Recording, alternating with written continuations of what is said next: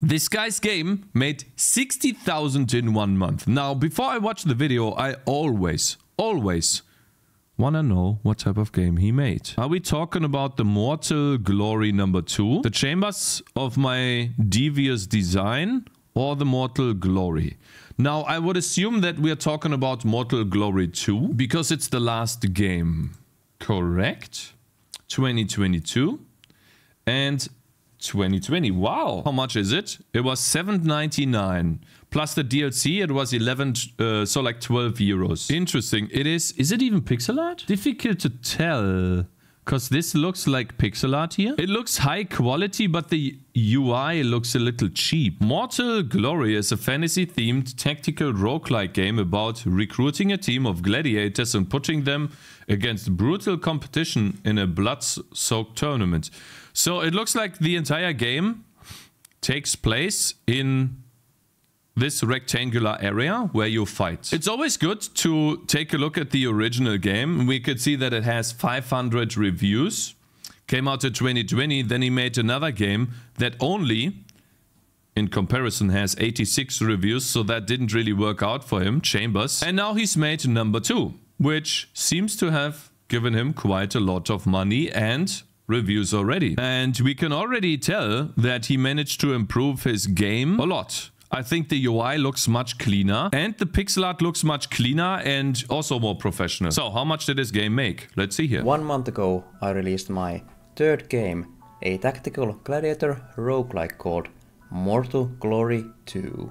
I know many of you are curious about how well the game has sold so far, so yeah, in this video I will tell you exactly how much the game has sold in 1 month. Then I will talk about what the numbers actually mean. Of course, I will also give my own opinions on the numbers and how well the numbers compare to the numbers of my previous games. First of all, if you're only curious about the main numbers, here is the big one. So how many gross sales the game had in its first month, and here are the total wishlist just before the release.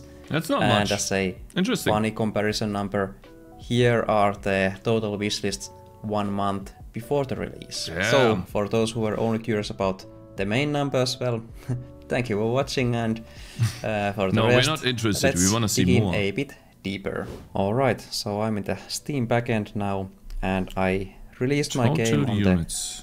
the 4th of March. So Are you actually allowed to show this? Is that so people told me that I'm not allowed to show that. Why do people show this then? It's allowed? I counted exactly 30 days from that date. Because this contains the wish lists too. And so people always told me don't show your wish lists. And yeah, as you can see, here is the number I just showed you, which amounts to 7,000 units sold. Okay. Wait, total units from Linux. Guys, that's 35 units on Linux, bro. And is there any Mac activations? No. Okay. Can you share wish lists? People add it because data is useful. You can share wish lists. Oh, I see. Yeah, I have 400 or something. 500 maybe. Maybe he should have done the pirate software trick, selling his game keys on different websites and he earns 100% of the money. Maybe he did. Interesting. But it looks like retail activations, beta testing, retail, aha. We can't see how many activations he got from keys, right? That's not in here. And of copies sold, as Where's you can see. We just took a look at it, I bro. also gained a bit over 7,000 wishlist after the release, which is of course very nice. Then here's the sales chart. I don't know how to describe it really. I really like the first 3 days, but yeah, after that it's not quite so pretty. Yeah. But I mean, I don't know if I would really expect it to be any different either. Of course, it would always be nice if it stayed up for... That's normal, right? The selling, because his game is a single player game that you play through once. Longer, but I think the more interesting graph will be the next months, like how big the next peaks will be, and then kind of like where the daily sales settle. Then here's the region spread. So I had my game China. localized before release. I think something like... We have skeletons in the game, guys. And China doesn't like skeletons. Minus 2k sales for us. We're fucked. Okay. Okay, let's make a different game. It's only minus 2k. You can expect 8k overall. It's only minus 2k. It's minus 30%. What are you talking about? Skeletons are not banned. Companies self-censorship to give it a better chance. Oh, I see. In languages, I can't remember for sure, but US is first and then China is a very close second. I had simplified Chinese localization in the game, so obviously that was very much worth it. And that is not a surprise because in the prequel game, Mortal Glory 1, the Chinese players were also a very big proportion of the player base, so yeah. And then quite far behind the top two, we have some other countries here. I don't really have anything special to say about those, maybe with the exception that Finland is maybe higher than normal here because I am Finnish myself, so okay, yeah, really? That might explain it. And then, what do the numbers actually mean? Okay. But before that, a quick promo. I also have a Patreon account where I share the sales numbers monthly. So if you're curious about how the sales for Mortal Glory 2 develop over time, or for any of my previous games, then yeah, hey, go check it out. I have the link in the description. The Patreon page will likely be the only place I will share the numbers after this video. Alright, so what do the numbers... Bro sounds exhausted from life. Yeah, he's like... Oh wait, he's exactly in my face. Oh, sorry guys. So first from the total number, we need to deduct the returns, chargebacks and sales taxes. And when I account those in, I'm left with around $50,000, so, which is around 81% of the gross amount. So my game has around 80%? That's wild. Yeah. Around, let's see, 13.2% return rate, which is a bit above the average, I believe, but it's not really crazy high either.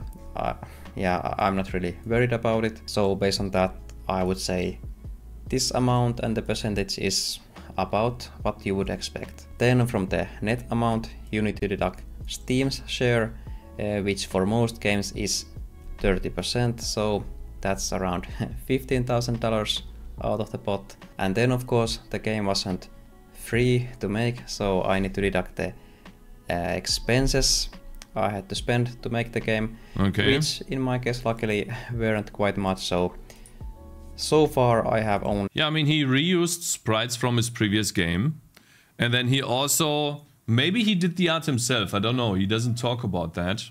I wonder what his expenses were. I paid a bit less than $5,000 for all the costs, most of which is for localization, so translation costs. But this number also isn't the final number, as I still do have some bills to pay for that. If I add those here, I think the end amount will be around $6,500 for... Wait, he adds bills? Isn't that including like monthly rent and food?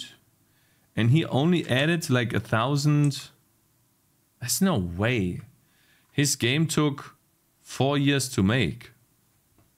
Well, 2 years because of the other 2 games. For all the costs, so yeah, I'll go with that. So if you deduct those, you're left with around 28,600. This is the number that my company gets after the expenses. There it is. But it is not the amount of money that I get personally myself. At this point it gets a bit tricky because there are so many ways to utilize that money, and yeah, you cannot really say that okay, this is exactly how much you get yourself. To simplify, I will just use 25%. I think it took like 6 months. I will likely need to pay in taxes in some form or another. So when I factor that in, I am left with around 21,000 of personal profit, which is around 35% of the top gross amount, the highest number that I showed you. So yeah, I mean, this is from 1 month, it is very nice, but yeah, I mean, 35% is not 100%, not even close, so yeah.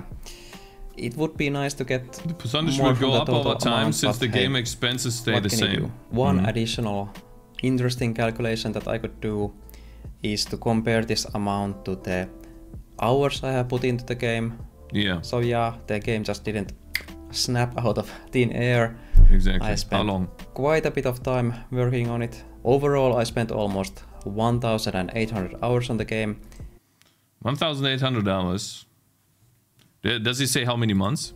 This includes also the hours for making devlogs, but this number does not include all the hours I have spent so far after the release. I felt like I didn't want to spend the time to count the hours after release, so yeah, that's good to take into account. So if we calculate the hourly wage, we get around $12 per hour. And it's not terrible, because he's doing his dream job. Yeah, not terrible. Of course, it's good to note this is net wage, so after taxes, and this is only for the first month of sales, so considering that, it's pretty nice, I would say.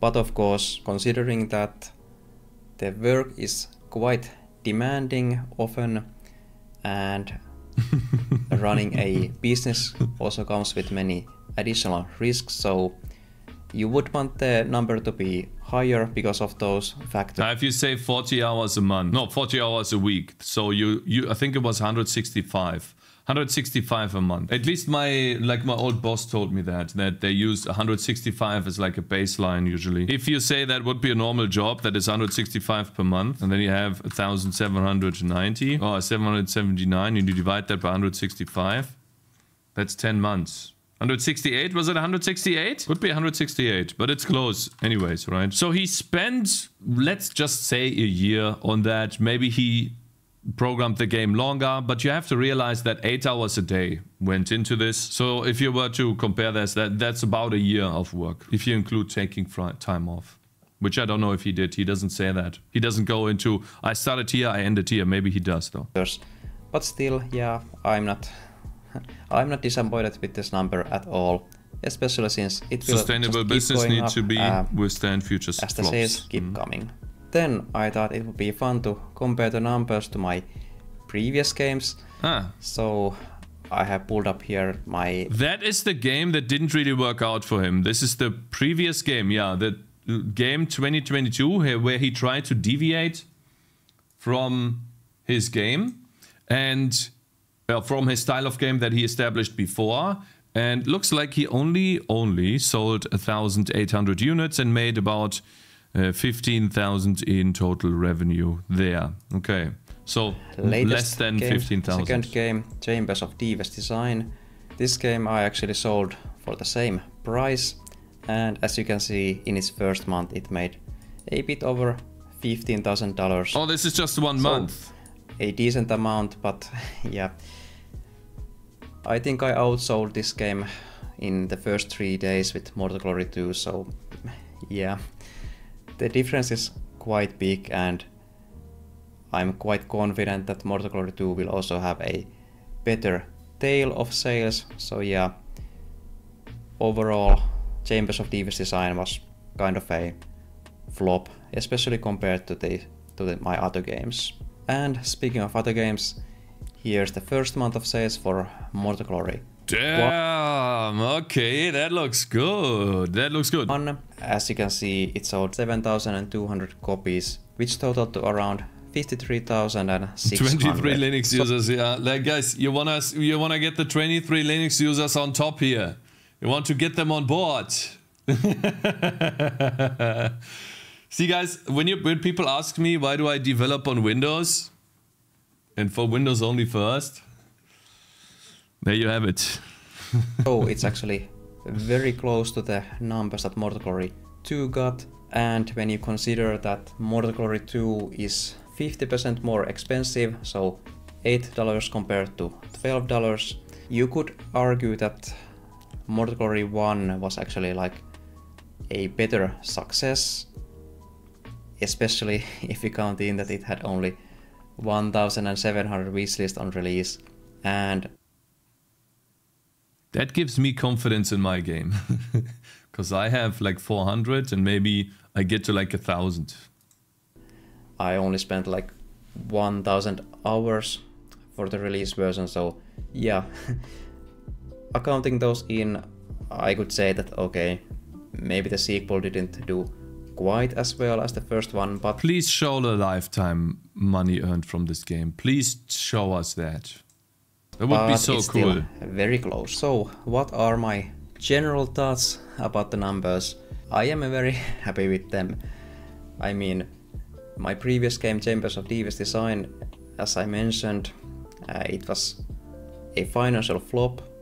I spent the same amount of time and more money making that game as I did Mortal Glory 2, and it did a lot worse. So yeah, after that game I was kind of stressed and worried that okay, do I actually have a future with game development? Because I mean, I got bills to pay, I got a mortgage, I got a 1-year-old toddler to feed, and yeah. Look at this Giga Chat, man. Look at this Giga Chat. He's a father, he's buying a house, he's making games, and he can pay for all of that shit.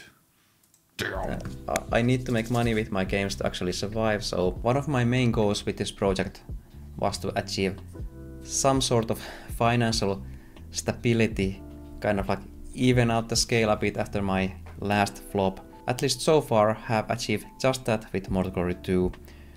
Of course, I will now have to see like how the sales develop after this, like even though the first month was very good.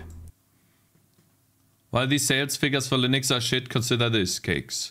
The ad revenue plus viewership from Linux users, in my experience, is quite high. So while I know that it won't translate to sales, because I cover it, I make money in the meantime from it, because I cover Linux.